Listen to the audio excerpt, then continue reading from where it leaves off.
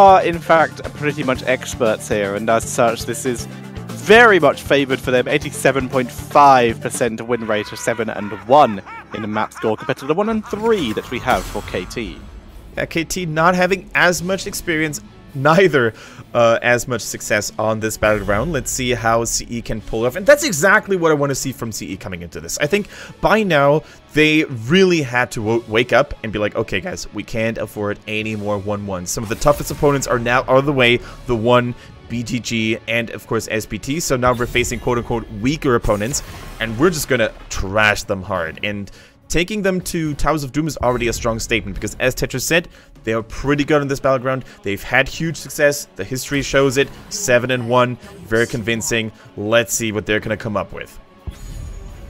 First hero is going to be Ariel. 2 angels in the first set of draft. I do like the Stitches ban. It's such respect for Butcher, because that's how they've won a lot of their games. Exactly. Butcher is pretty much Stitches incarnate here. I think he has some of the highest pick rates on that hero, and of course whenever he played it, it looked phenomenally strong. So taking it away, especially when you don't plan on first picking it, because that's what CE, never mind, CE didn't even have first pick, but yeah, then it makes even more sense because you don't want to give first pick to KT. So the reason why Stitches, of course, is so powerful in Towers of Doom, there are many reasons for it. A, he's a pretty good solid hero in general right now, but also due to the way the map is designed, you have a very easy time predicting where the enemy team's at, and you can always land those lucky punches against a squishy backliner in best case scenario. Now, the Oriel first pick could pave the way towards CE, maybe going for the Chromie, to really disrupt the enemy team's formation and chip them down from a large distance.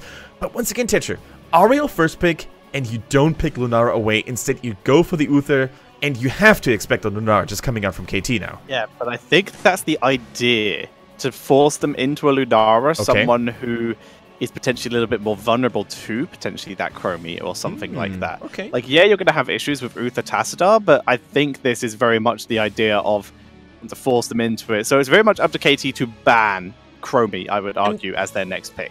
Truth be told, I think you mentioned a good point. Like, Lunara on this battleground has limited movement freedom.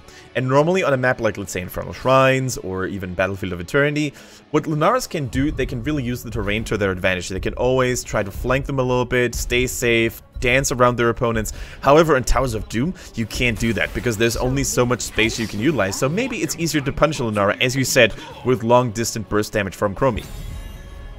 So here is the Lunara, and they take a Rhaegar as well. In the first 5 picks, we have 4 supports. So once again, the theme of China sticking with that double support meta continues. 0 bans on this map, 4 out of 15 picks. That's pretty reasonable. That's almost a third. Yeah, very solid. And it almost seems like China, as a region who kind of originated or kind of developed the double support Tassadar Vala style back at Mid-Season Brawl with E-Star, just refuses to let go of this double support approach, whereas other regions like Europe and Korea, they're slowly starting to get back on the single support, double tank, a lot of assassin compositions. China just seems to be a little bit old-fashioned in that regard. Indeed they do. They're both the most innovative and the least and the most stubborn region at the same time, and it creates quite the dichotomy a lot of the time. So, with Dahaka removing that global potential and the second tank, because double support, double tank is where the meta seems to sit the majority of the time, or at least where it comes to rest, especially if you have a hyper carry like Vala, like Greymane, like Lunara on your team, and we already see KT have the Lunara, so the Dahaka makes a lot of sense. Ooh, Rip Tracer, that would have been a spectacular pick. Chromie's still open now, but that Tracer is another pick that we just completely forgot about that would have been spectacularly effective here. By the way, Chromie is going to receive another balance update later this week, making it easier for her to land or fulfill her quest talent, or quest queue, as I want to call it, because you no longer have to hit 80 Sandblast in order to unlock the Sand Clone. It's reduced down to 60, making it a lot easier to complete. Exactly, because we have seen some teams struggling to complete it at all in games. And we're not talking like a Zebo, okay, if I complete this I'm going to get a huge damage spike kind of thing with his level 20. This is not even finishing the game with it most of the time. Exactly. But now Paradise is back on his main. We are seeing the Malthael and Muradin, seeing as it's going to be a solo tank, Very solid pickup here by CE. They just need a ranged damage dealer, which will be probably for Zuyu. Yeah, probably for Zuyu. And all of a sudden, I'm not so sure about a Chromie anymore, Tetcher. Double support, especially Tassadar with the Chromie. I'm not sure if that's going to give them enough value. Of course, you could still use the Tassadar to protect Malthael a little bit better, but it normally needs to be a ranged attacker. Something like Vala, who's still open. Something like Zul'jin, maybe even, although the hero has seen mixed success. Yeah. Oh my goodness, dude. Raynor, still sitting at a 100% win rate, and it was this very team CE that played him. Exactly, the Raynor 100% win rate. Another hero who I actually personally think is worth mentioning in these kind of scenarios where you're against a like solo damage dealer Lunara, Sergeant Hammer can actually get some really solid value, especially if you believe the Koreans. They go with Valor though, very standard, very old-fashioned comp here, and one of the few heroes who can micro with Lunara as effectively thanks to the increased movement speed from Hot Pursuit on level 1.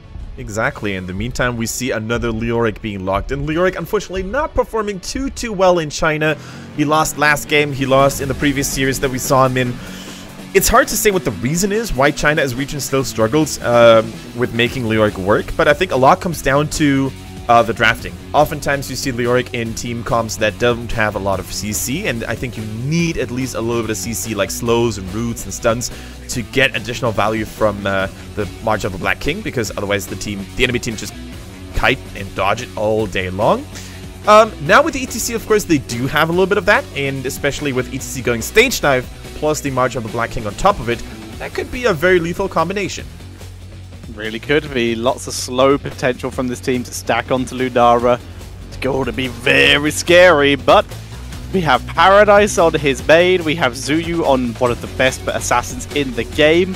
They're all in a fairly reasonable spot here. Yep. They all have the joy of being impactful. And of course, Alufal, one of the more open supports for going for the Divine Storm, so the potential to try and get some turnaround kills with that while Paradise acts as a distraction. Although yesterday, the Divine Storm did not always work out for Z. We did have a lot of air balls, if you will, not hitting anyone or anything. So they're definitely going to have to work on the execution of those Divine Storms a little bit more today. But, ladies and gentlemen, without further ado, we're going to dive into the action here in Game 1 between CE and KT.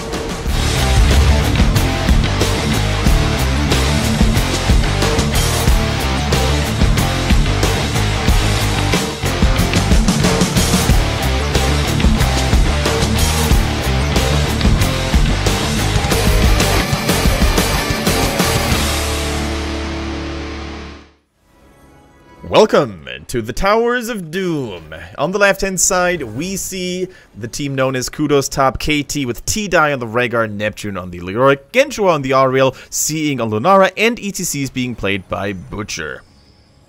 Whereas on the right-hand side, it is going to be Challenge CE, with Alufal on Uther, Wind on Muradin, KTY playing the Tassadar, Paradise on the Malthael, and Zuyu is on Valor. Tetcher, could this be the first time we see Genshuo on that Ariel? I think it is. No, it is not. We saw him 3 games ago. That had to be his second time then, though. Probably, I believe so. It's always he has played Uther almost consistently forever. If there's a one-trick Uther player in the league, it would have to be him. Now, take a look at some of those level 1 talents. Yeah, on a pale horse. Wow, showing us for Malthael. Look how fast he is. Yeah, look at him go! He is this basically is the rotational talent for Paradise. It allows him to actually be kind of like a worse global hero. He has a far quicker rotation, not global level, but it does allow him to rotate and gank and circle around and get good angles quicker. T-Dive! Nice. Hot Pursuit, speed. Oh, not even Hot Pursuit. The Q build for Zuyu here, still enough to focus down Rhaegar and get the kill. Yeah, that was very well played by CE. They really chained their stuns in perfect synchrony, securing that first blood. Of course, first bloods don't really mean a whole lot, unless you capitalize on them heavily by taking down towers. That already is a big momentum swing in favor of CE. Towers, keep in mind, guys, very important to secure your team an early lead. Also, keep in mind that if you recapture a bell tower, the tower line won't spawn with it. So, the more towers you take out, the easier it is going to be for your team to capture for the bell towers. They're actually just going to grab a second one here. Wow. 2 towers down straight away in the mid lane. Now, once again, this is the non-Merc lane, likely considered to be, most considered in fact, to be the least important lane to actually hold. But it's still nice if you can do so, especially there's no Mercs going in it, but it buys you time to pressure the other lanes. Exactly, now we see a shift away from the classic QQ build on Uther. No Holy Shock this time around. Although I think the Holy Shock build would have been nice to potentially interrupt people from taking altars, but instead Alufal thought it would be more useful for him to go for additional wave clear and AoE damage with that Holy Fire, and of course the W against the damage over time, because armor affects poison as well. So unless you're Malthael, then it does. Just in time with that deny by Butcher. Unfortunately, he's going to pay for it with his life, and KTY is still going to get those shots coming in. Malthael's being able to hold the XP in the mid lane. He is getting ganked a little bit, but it's by 2 heroes who lack the damage at this early stage in the game to finish him off. So he's able to stay back and play it a little bit reasonably well. And now he can just mount up and head back to top lane, while someone will rotate to mid lane once the minion waves meet up. Man, it's so good to be back on Towers of Doom, because those sound effects, like the bells, the church bells, and the overall gloomy ambience, just gave me goosebumps. I'm not kidding. I would love to be Towers of Doom back in the overall Hero League map rotation. I just miss playing on this map. Agreed. It is very fun. Speaking of things I miss, more movement speed coming in with the evasive shielding coming in for Tassadar. So making up for that lack of hot pursuit on Zuyu, giving him all that micro potential with that speed boost. I am so down. Yeah, I'm down for it, because as you said, Tetcher, Vala is one of the few heroes who can actually keep up with Lunara in terms of kiting capabilities, chasing capabilities, and already you can see how Zuyu just continues to pound on those heroes. They cannot keep him in check, and he's so quick, so swift. You cannot escape the Valor. So you healing up, because even without that leeching plasma, Tassadar's shields do still give a little bit of life steal, so Valor is able to heal up easily. Right now, it's just a question of how quickly Zuyu can stack his Q to give even more burst damage. Here we go. We see the repeated arrow now ready, thanks to the reset on after using Vault. Kind of cool to see. There's only one altar spawning. Level 7 will be achieved for KT in time. So we're going to take a look at some of the talents here. Cleanse, of course, that's a no-brainer for the Rhaegar. And we see the Hopelessness. So longer range on the Drain Hope for Leoric. Keep in mind, Uther was not scouted. They did not know that C is here in full force. Yes, C are here, except for Malthael, but he's on the way and he's got his horse. So he's going to be here very quickly. Wind is slowing down Gensho. They're trying to get to him. Here comes Neptune from the other side, forcing Zuyu to back up and choose a different angle as Uther is getting dropped low. He will get taken out, but here comes the spam healing. Wind is trying to stay alive. Paradise going into the backside, trying to take down someone here, but they're not able to finish off the double healing from Ariel and Rhaegar too much unless you dive into Valor like that and get yourself blown up. Paradise, though, is dropping low. Muradin has to come back for round 2. Down goes Paradise. And Zuyu, he goes in! I was about to say too greedy, but Zuyu just turning it up, forcing C Inc back there. Not enough energy for C Inc to really stay around. Zuyu's still hanging around, even though he has no mana here. He's actually going to be able to go to the fountain, because guess what? During all of that, the altar was not taken. Yeah, the altar was not taken. Both teams committed heavily to this team fight. Uther is back now, healing them up a little bit. Butcher might go in. The Drain Hope does not land for Neptune, and once again, it is CE who gets chipped down too much. But the most important member, Zuyu, is still alive.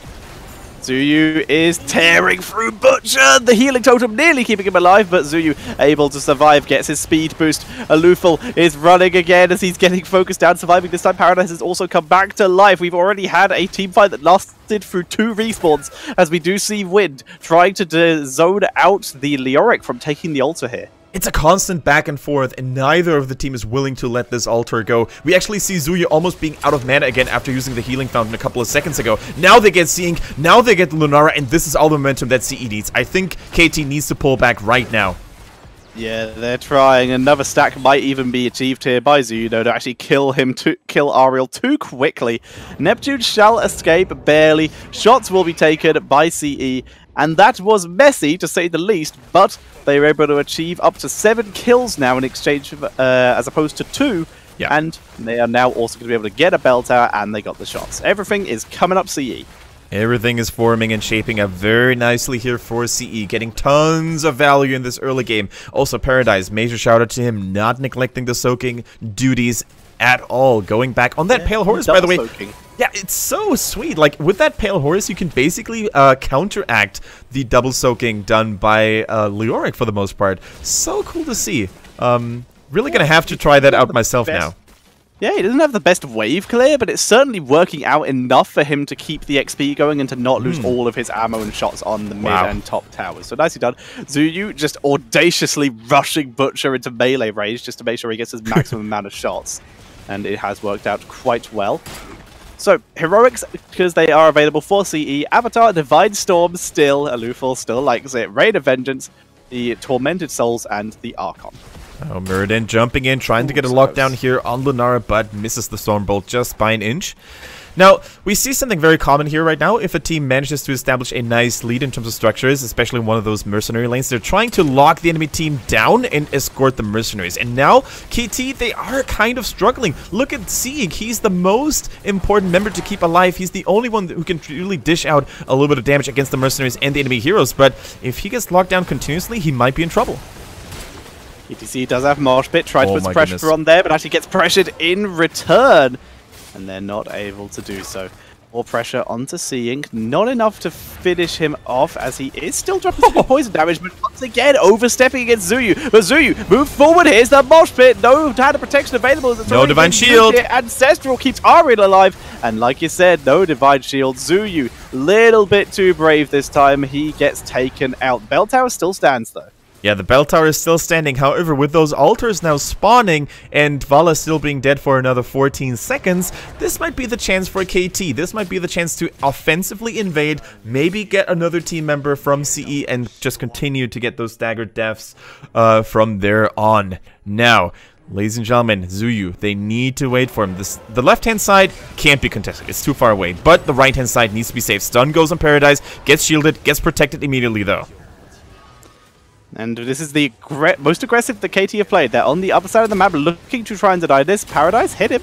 Hit him. Okay, he just gets it. They just let him do it. Lunara instead focuses the attack onto Zuyu as the fight continues. Neptune holding the line, draining Paradise. Trying to get any damage that he can. Here comes the Tormented Souls, Master of the Black King into the back line. So Paradise, very little value out of that Tormented Souls, but they do at least kill Neptune. Yeah, the Touch of Death actually was so good against Leoric. Denied him so much healing value from the March of Death, from the Drain Hope. It was so good, and now all of a sudden Leoric was isolated, he got killed off, and CE, they're not done. They're trying to get more value. Auriel uses the Crystal Aegis only to get out of harm's way, but she's still sandwiched, still surprised by all those CE members, and it is a 2-4-0 right now. Leoric is back thanks to his trade, but gets taken out almost immediately again, and the arrow, it kills Lunara. Zuyu is on a rampage here. Zuyu is on a rampage. He is unfortunately very much nearly out of ammo, mana, sorry, so he's not really, he's not a It's kind of ammo. It's kind of ammo, but yeah, he's not going to have too many shots for this boss, but it's going to be enough as they pick up the boss and get another 4 shots onto KT's core. Here we go, CE now putting the pedal to the metal here. They're definitely the ones who are deciding and who are basically turning on the heat and how the game goes. Paradise, I gotta give huge value to him once again in that last team fight, activating the Touch of Death, not only against the Ancestral Healing in particular, but also against the Leoric, was so good. And as such, you know, Leoric was left by himself alone, the rest of his team abandoned him, unfortunately. They betrayed him, and I thought Leoric would only go for Alice, who would never do anything like it again, according to the trailer. That's true. That's true.